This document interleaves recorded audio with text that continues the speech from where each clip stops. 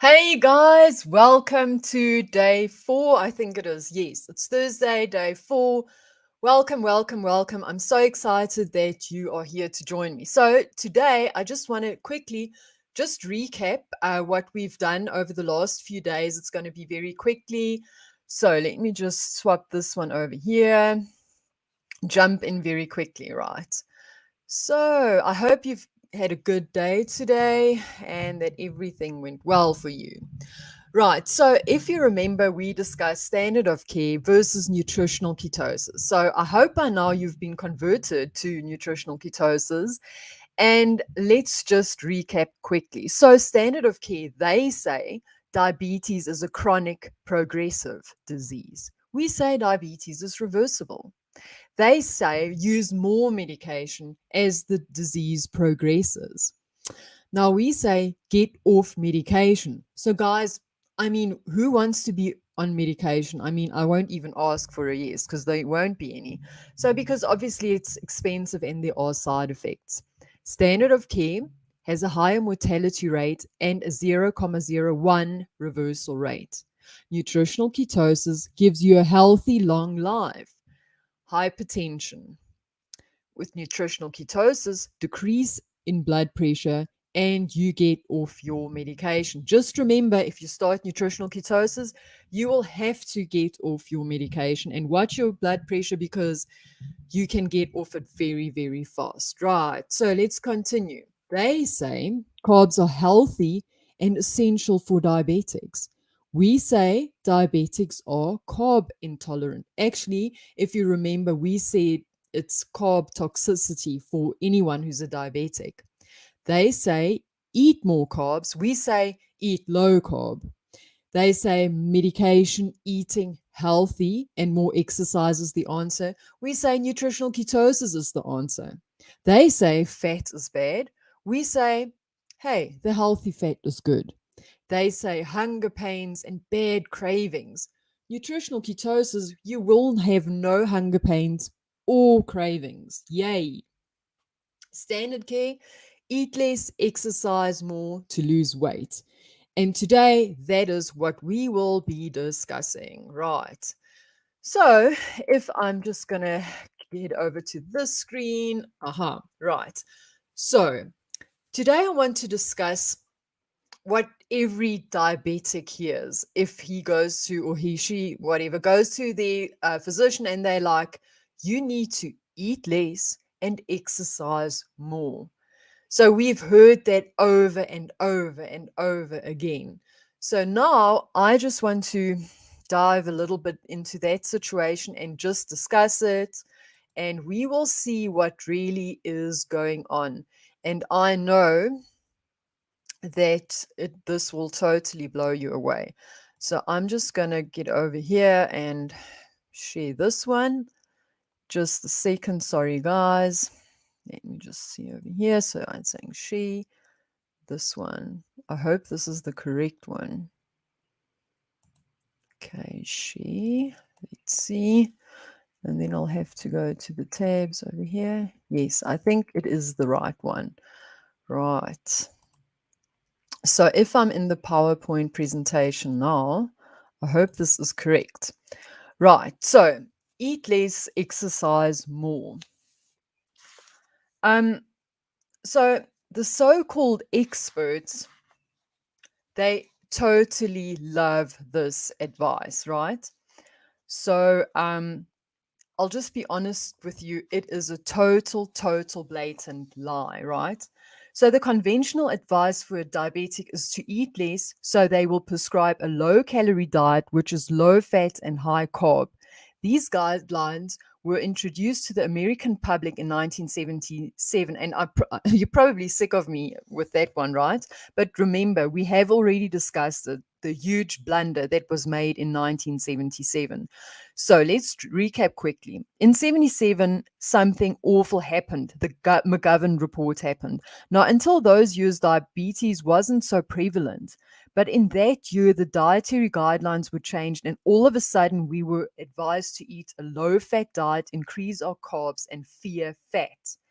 Now, fat was enemy number one. They took the good fat out of our food, and the food tasted downright awful, like cardboard. And what did they do? Let me just ask you the question in the comments. What did they do when they took out the fat?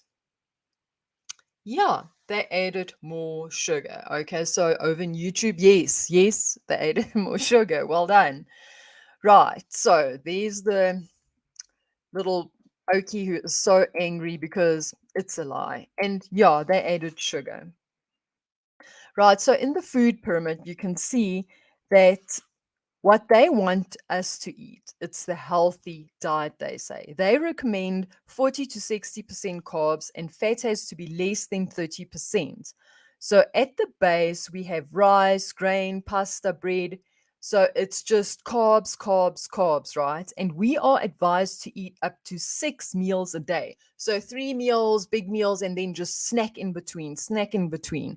Trust me, this advice will spike your insulin levels and will have them elevated all day long.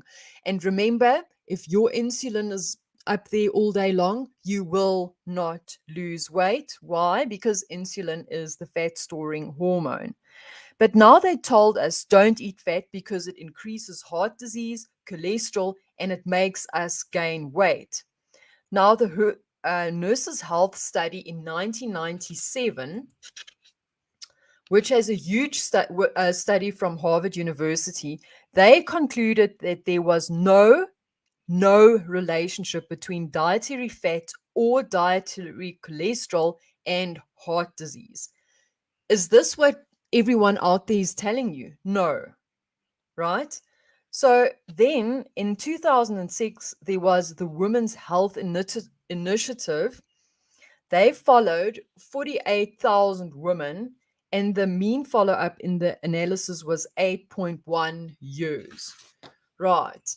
So now the objective was to test the hypothesis that a dietary intervention intended to be low in fat and high in vegetables, fruits, and grains to reduce cancer would reduce cardiovascular disease. Now, look at this in the conclusion. Over a mean of 8.1 years, a dietary intervention that reduced total fat intake and increased vegetables, fruits, and grains did not significantly reduce the risk of CHD, stroke, or CVD in postmenopausal women and achieved only modest effects on CVD risk factors, suggesting that more focused diets and lifestyle interventions may be needed to improve risk factors and reduce cardiovascular risk. And finally, there was no significant weight loss either. On average, the weight loss, listen to this, the average weight loss was less than a quarter pound. Yeah. So then in a study, 5,145 obese patients with type 2 diabetes, they wanted to determine if intensive lifestyle interventions would decrease cardiovascular morbidity and mortality. So they followed a low-fat, calorie-restricted diet. No surprise, the intervention failed. They even had to stop the trial earlier. So, ladies, the low-fat, calorie-restricted, I mean, that is what they want you to eat. Standard care, that's what they tell you to eat. So, in the conclusion, an intensive lifestyle intervention focusing on weight loss did not reduce the rate of cardiovascular events in overweight or obese adults with type 2 diabetes. Now we can see that low fat, high carb really does nothing for diabetics. In fact, it's bad news. I would just run. But let us have a look at what the science says about low carb, ketogenic, nutritional ketosis diets. Right, so a low carb carbohydrate as compared with a low fat diet in severe obesity. Now, if you would just note, this was in 2003. Now, remember, I told you also that a few years back, anything that was with keto, if it was proven there was something too long or too short, this was not right, and blah, blah, blah. So the Verta study blew everything away. That study just concluded with concrete evidence that nutritional ketosis does reverse type 2 diabetes. But anyways, I'm rambling on again. So Yes. This is the okay, so yeah, this one was in 2003, right? So, in the conclusion, severely obese subjects with the high prevalence of diabetes or metabolic syndrome lost more weight during 6 months on a carb restricted diet than on a calorie and fat restricted diet, with a relative improvement in insulin sensitivity and triglyceride levels, even after adjustment of the amount of weight loss. So, there you can see. But then look at this. Okay, so they will, always like it's just to, get a stab in. They'll be like, yes, long-term cardiovascular outcomes are needed before a carb-restricted diet can be endorsed. Now, hello, I mean, in nature, if you go, eat meat or have milk or whatever, nobody takes out the fat and puts in more sugar. It's not, this is not a natural diet. But anyways, um, there is a whole list of studies that prove that a keto diet or nutritional ketosis is far superior over low fat and high carb diets, even for better sleep, arthritis, inflammation, weight loss, cardiovascular markers, blood pressure, epilepsy, cancer, autoimmune diseases, IBS, and the list goes on and on and on. So, Dr. Hallberg, the study went through on day two that we discussed, leaves no doubt that fat is good for us, the good fats, and carbs should definitely be limited. So, there is a list under the guide section where you can have a look. There's a list of clinical trials and studies that prove nutritional ketosis works as an intervention. So go check it out if you want to have a look at that. So the fear of fat was a big fat lie, but still, people, they just, I mean, especially for kids, have you seen the mommies buying the low fat yogurts and stuff? There is still a fear of fat. I don't know, somehow women in general, if they come to me for coaching for weight loss, they're still scared to eat fat because people have been indoctrinated and it's very scary actually. So just excuse me guys, I'm just going to have some water over here. Right. So even common sense should have us acknowledge that it is not normal for fat to be removed from food in its natural state. Anyway, let us continue. So, eat less, exercise more. Now, let's have a look at the exercise part of the advice they give us because obviously, this low carb, low calorie, high carb story is just not working, right? So, um, a few years back, there was a movie called Fed Up. Now, this little girl was featured and she said this, and this is what she said exactly. I am 12 years old and I weigh 212 pounds. My doctors have said that I'm a statistic. I don't really know what that means. I think it has something to do with my weight. They normally say that I'm just supposed to eat healthier and exercise a lot more, which is what I am doing. I swim 4 days a week and then walking my dogs on the weekend. So, this is what her mother said. We didn't really start to worry about it until I think she was 8. When the doctor wanted us to seek a nutritionist to kind of address the issue. And I just remember at the time we called the nutritionist that he wanted us to, and we were told we don't see children that young. It had to do a lot with their self esteem, especially with girls once they hit their teenage years, because, oh, I'm the fat kid, and I always have to consciously watch what I eat. My doctor, he told me to join Weight Watchers, and I can't because I'm not old enough yet. Then we stopped at the point and said, you know what? We know. We have the tools. We know what we're supposed to do. Let's just try and do it ourselves.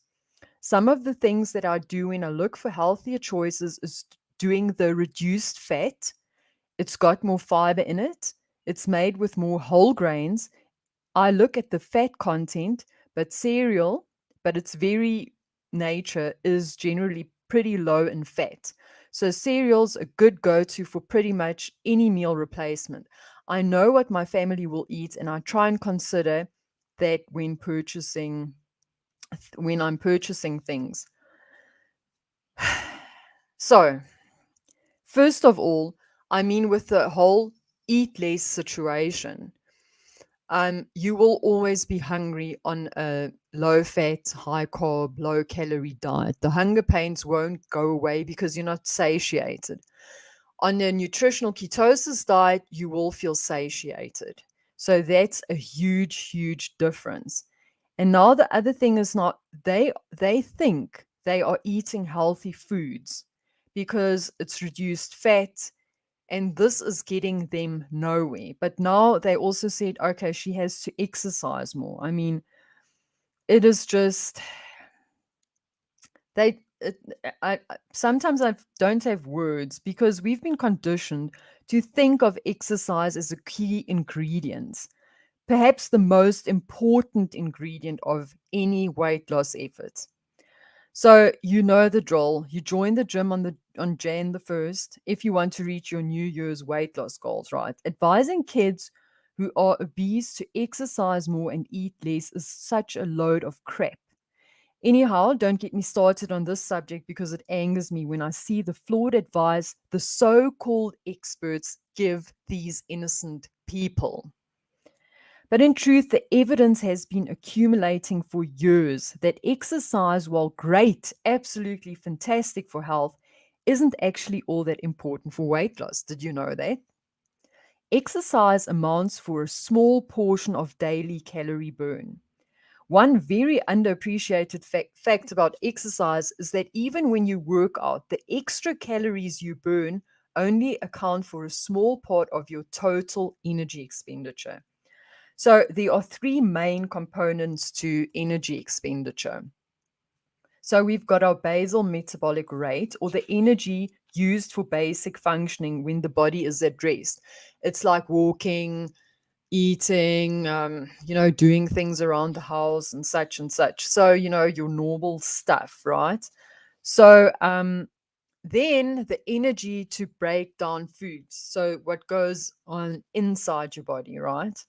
And then lastly, physical activity. So at the top, we've got the ladies, and at the bottom, we've got the men. So you can see that the physical activity really doesn't really do anything, right? So let's have a look at this. If a hypothetical 200-pound man added 1 hour of medium intensity running 4 days per week, 1 hour, while keeping his calorie intake the same, so he does this for 30 days, he will lose 5 pounds. Now imagine he increases his food intake or relaxes more to recover from the added exercise. Then he will lose even less weight. So you see where I'm going with this. Exercise, it's not what we thought it was, right? So that's a little bit of a shocker. So let's have a look at the show The Biggest Loser. I mean, I didn't watch the show, but I've heard so much about it. So yeah, we have the eat less, exercise more model kind of a situation, exactly what they prescribe anyone who has type 2 diabetes, or for that matter, anyone, right? So let's continue. So you've got diet and exercise, right? So calorie restricted diet. So that's what they said on the show. And then 70% of contestants' energy requirements. So, okay, so they cut it. And then they eat 1,200 to 1,500 calories per day. And then they exercise 2 hours per day. Now, ladies, I don't know about you, but I don't know, even if I had the time to exercise for 2 hours a day, I don't think I would really want to do that. But just keep in mind, I've got an awesome hack for exercise. Um, so I wouldn't even do the two exercises. So in the short term, this plan will work. Oh, and I forgot to say, so if you do the 70% of your calorie requirements, yeah, you're going to be hungry and cranky, not happy in this situation, right? So let's have a look. So 127 pounds average weight loss over 6 months. I mean, yeah, okay, cool. Sounds good, but it sounds painful, right? Long term, this will just not work. Um, so yeah, I don't know. So at the end of the day, these contestants' metabolic rate, the basal metabolic rate, will drop because they have an average of 789 calorie deficit per day. So what the body does, it adjusts. So your BMR, well, their BMR will drop because the calorie reduction is so severe, it forces your body to shut down in order to compensate for the very low calorie intake.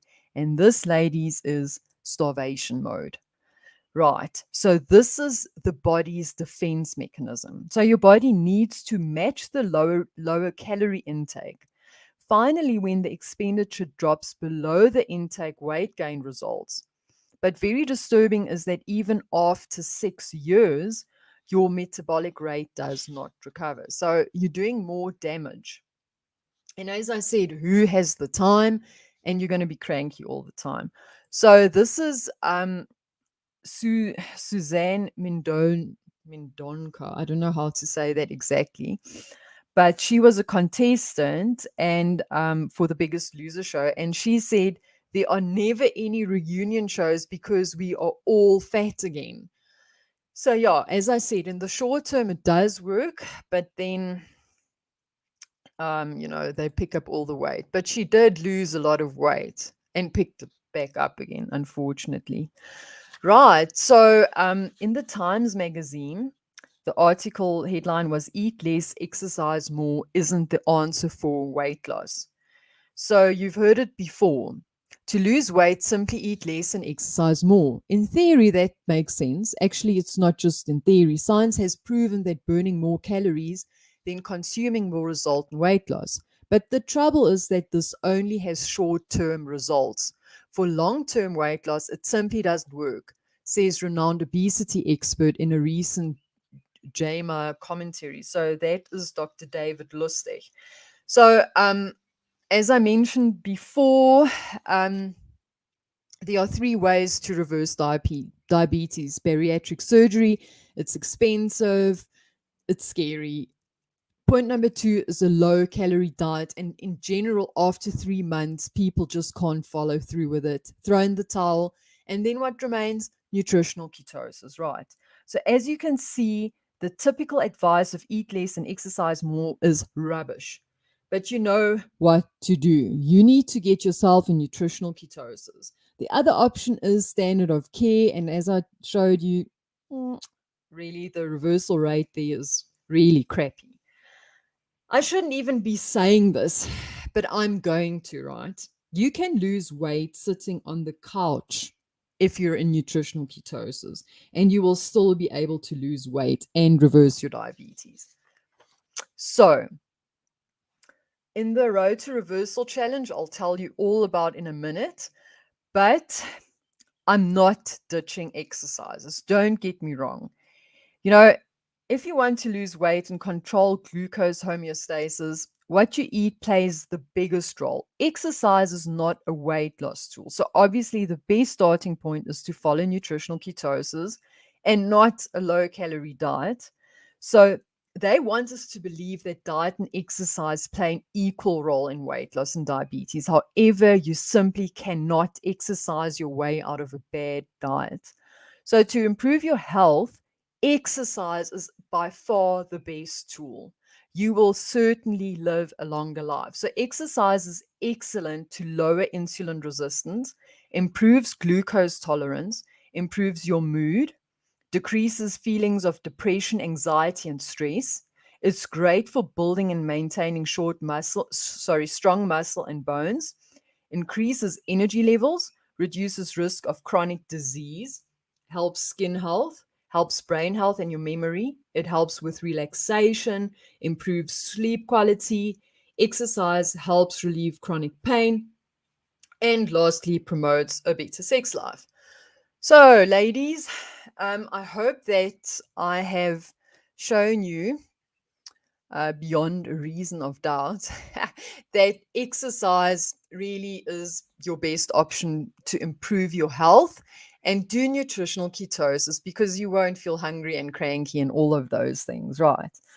So, yeah, I hope you enjoyed that training. I have to be honest with you, when I realized exercise wasn't working, I was like, this can't be true. And then I did the research, and yeah, well, that's what happened, right? So, if you guys have been loving this challenge and if you found this training helpful, I have some great news for you. So, I've got a few spots for our 6-week intensive coaching program, Road to Reversal, where I'm going to take you by the hand and help you personally reverse your type 2 diabetes. So, in this group, there are 270 registrants and I only have 20 spots available. So it will be on a first come, first serve basis. So this is for you if you are motivated, committed to reversing your type 2 diabetes.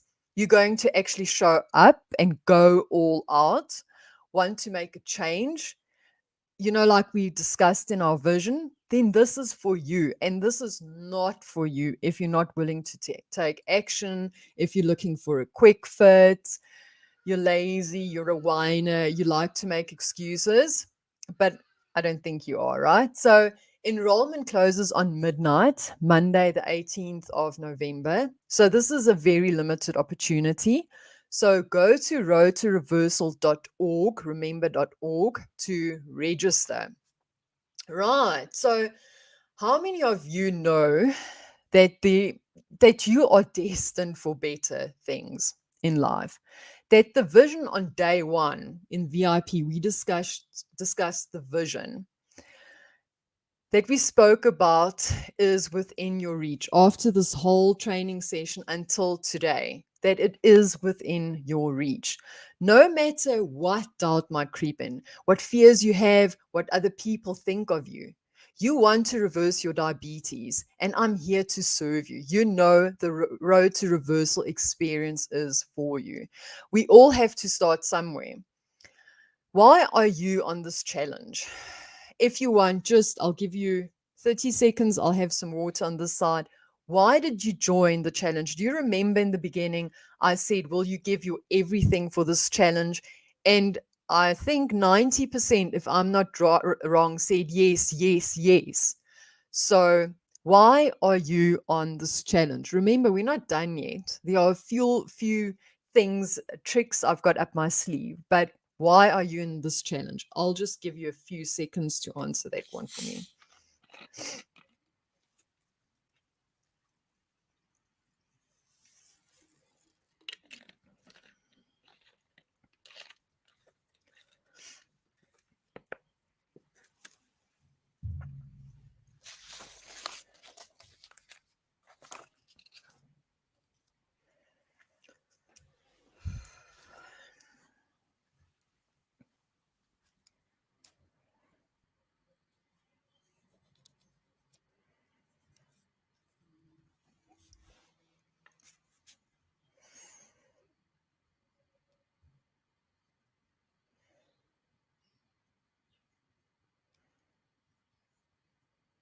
Okay, great.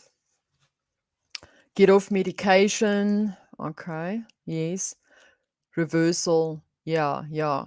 About the weight loss. Yes, yes, yes. So, do you remember? So, you have to continue on that road. So, to create enhanced opportunity. So, what is enhanced opportunity? That's why you came here in the first place, for enhanced opportunity. The ability to be more, feel more, reserve diabetes, lose weight, kick the cravings, feel better, be more for your kids, for your husband, for yourself. The fastest path to reversing diabetes is with this program and what I shared with you so far. So, I'm going to share with you the single biggest factor that is likely to create or negate that success for you, someone who wants to move forward. Let me say that again. the single biggest factor that is likely to create or negate the ability to be successful. It all comes down to, I believe, one thing: overcoming objections. This is something that I live, breathe, eat, sleep, see every day. What I literally do every day is help women like you reverse their diabetes and get into the best shape of their life. I believe in my product. Do you believe in yourself? So, again, the single biggest factor that is negating your ability to be successful is, how do I find the time to do it? How do I find the money to do it? How do I get my spouse on board? How do I overcome the fear of actually doing it? How do I overcome the shame and self doubt? If we are being really honest, that at the end of the day, that is what's keeping me from making decisions. It's keeping me in analysis paralysis. The thing that is actually holding you back, your reason not to, is actually the reason to. So let's talk about that for a second. So I want to go level 5 with you. That's why I was checking the time now. I just want to ask you really quickly, can I go level 5 with you? Just write yes in the chats. I see that YouTube is more active today again. Okay. But wait, before you agree to it, do you know what a level 5 conversation is? So I'm going to get real with you, like a friend over a cup of coffee, and you're like, Vivian, just shoot it to me straight, right? So if you're ready for that, then just go yes, yes in the sections, and you're giving me permission, okay? Okay, so I see yeses. Okay. Okay, you've given me the level 5 conversation. So I'm going to be super honest with you. You've got to get right with yourself. If you're going to be successful, time is a continuum. I don't have the time to do it. Well, we all are fairly comfortable saying, ugh, I don't have the time to do this, right? But what I really want you to think about is, are you working 3 jobs just to have a roof over your head? Or is it more like tennis on a Saturday, coffee at Starbucks on a Friday, cutting some time in Instagram, Facebook, and YouTube? Or maybe I should put in some time in the weekend. Maybe I should just get up half an hour earlier, get up earlier. So, where do you fall on that continuum of time? Because time is relative. How are you showing up in the moment? So, if you're saying, I don't have time to do it, and listen, people are pretty comfortable saying that, wish I could, I just don't have the time. Everybody's all in, like who says, oh, I'm in, until it's time to actually make a decision like, well, I'd love to do it, Vivian, I just don't have the time right now. So, where do you fall on that continuum? And then a level deeper than that is money. I don't have the money to do it. I wish I could. I'd love to. But I just don't have the money. Now, a minute ago, I'm all in, but then it comes down to making a decision. It's like, are you committed, or is it about what's convenient? I'm committed to do this no matter what. I will find the money, or, well, when I have the money, I'll do it. And you realize that it doesn't look like that, right? So let's talk about that for a second, because money is also a continuum. And I'm living in my car, or I can't afford to put food on the table, is different from, oh, this is going to be an uncomfortable conversation. I wasn't planning to spend that money right now. If I were really committed, if this literally wasn't an expense, if this was an investment with an ROI, if I could really get a return on this investment, well, it turns out it's not actually an expense, it's an investment.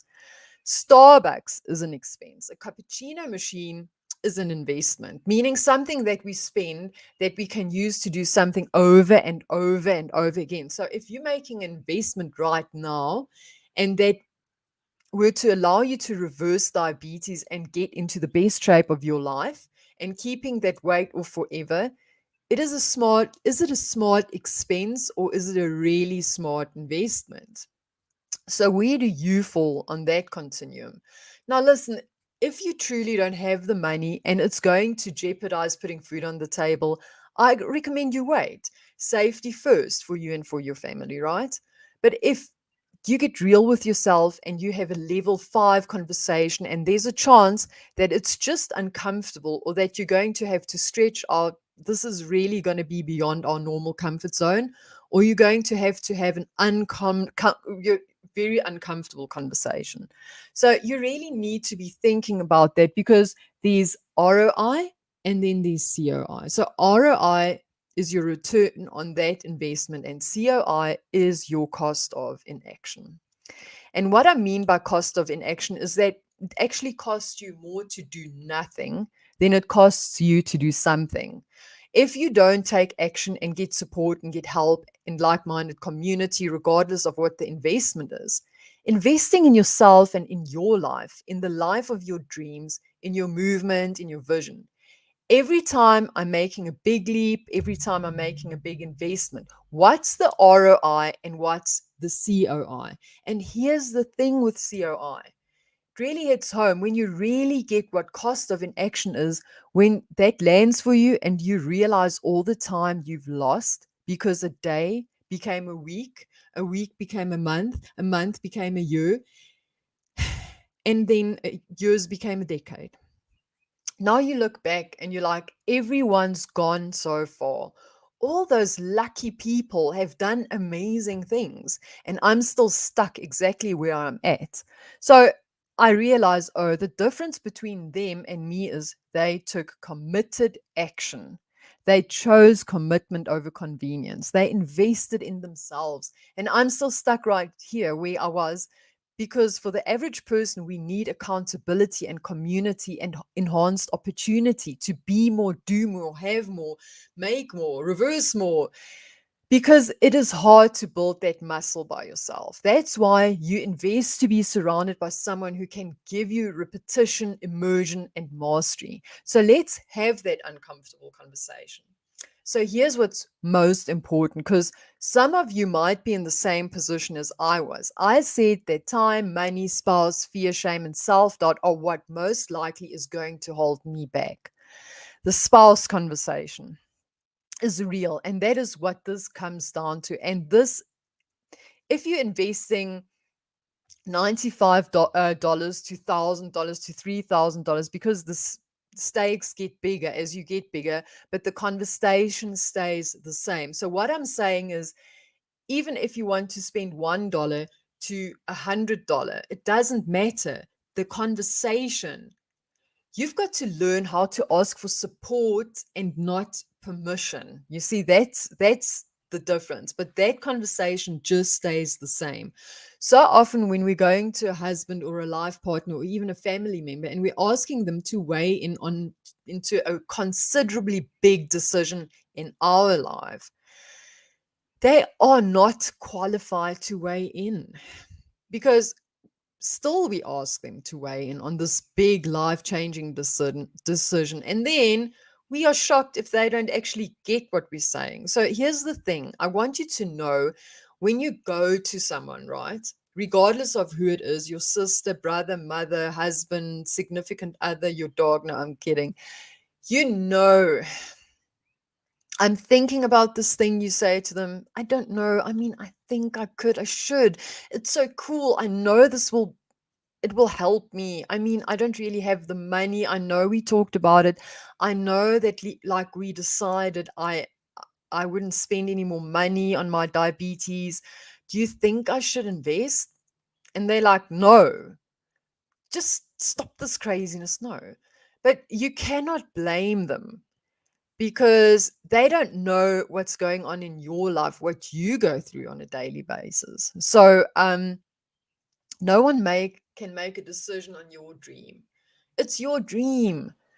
Only you can give yourself permission. You remember that vision? So you have to go to them instead and say, hey, I need a minute of your time, you know? I need you to focus. I hope you can see I'm more clearer than I've ever been in a long time. And this is very important for me. I need you to invest. I need to invest in myself. I need to figure out how to do this because this road I'm on is not working for me. I need to be surrounded by people like me who already succeed. And if you will support me in this, I will reward you by showing up, doing the work, acting differently, letting our dinner time go back to being dinner time, not feeling bad all the time, showing up fully on the weekends instead of always trying to beat my head against the wall. You know, so tell them, I'll take you to dinner when I've reversed my diabetes. I'll be there, I'll go at this thing called life. The thing is, do it with integrity. And if you say that you have that conversation, then you have to actually show up and do it. But that is how you ask for support and not permission. This is your life, right? Because again, only you can give yourself permission, which leads me to the very last piece. And this is super important. Somewhere along the way, you're going to get stuck in fear, shame, and self doubt. And it's more likely going to be because somewhere, somehow you failed before. You had a failure. So here's the thing, and this is a level 5 tough love conversation. If you were going to stretch, if you were truly going to make this change, there are going to be times when you're going to fail. There are going to times when you have a setback. That is what it is to be human and stretching out of the comfort zone. That is what it is to be striking for the fences. And remember, you see your kids growing up, you see your grandkids, and there's always going to be some failure. But you know what? You can always get back up. But don't measure those past failures. Don't measure yourself up on that. Lift your standards. Remember what we talked about in the vision. But when you fail, you have to give yourself a pat on the back and say, everybody fails sometimes. Failure isn't fatal, and past failure is not a future predictor of success. So, if you finally want to break out of the endless diabetes cycle, just cut a check and join me for the road to reversal. So, ladies, all you have to do is go to, I'll put it up here, Road to Reversal, and I'll be so excited if you could join me. But, anyways, enough for today. I hope that eat less, exercise more situation has finally convinced you that that is not the answer. Standard of care is not the answer. I hope you will have a lovely, lovely evening, and I will see you tomorrow again. We're going to have a lacquer Q&A session, discuss a few things, not scripted or whatnot, with my notes and stuff. We're just going to have a chat. So I look forward to seeing you tomorrow and have a lovely, lovely evening. Bye, ladies.